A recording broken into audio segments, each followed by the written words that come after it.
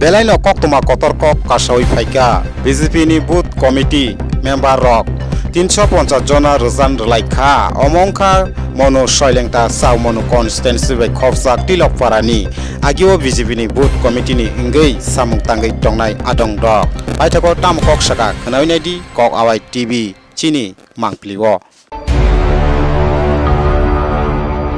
नमस्कार আমরা Tilakpara BJP booth committee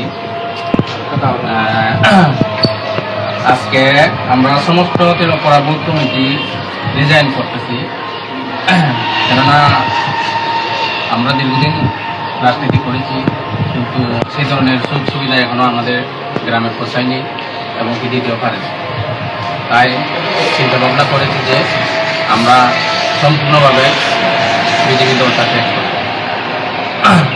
আর আশা করি বিজেপি সরকারের নেতৃত্বে আগামী দিনে ভালো ফল করবে, কিন্তু আমরা তিলকপাড়াবাসী সিদ্ধান্ত নিয়েছি আমরা আর বিজেপিতে সাপোর্ট করবো না।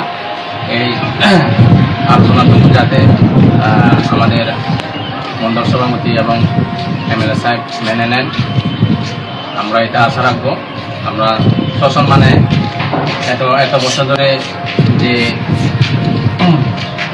15-16 থেকে 26 অবধি 11-12 বছর রাজনীতি করেছি আমাদের এমএলএ সাহেবের সাথে, বিজেপির সাথে।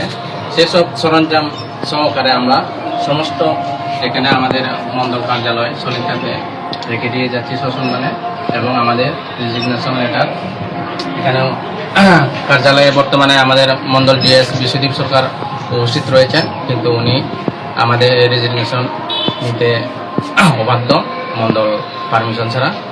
তার জন্য আমরা এখানে কার্যালয়ের ওয়ালেই আমরা এই রেজিগনেশন লেটারটি দিয়ে যাব বলে সিদ্ধান্ত নিয়েছি। এই বলে আমার কথা বলে এখানে সমাপ্ত করলাম।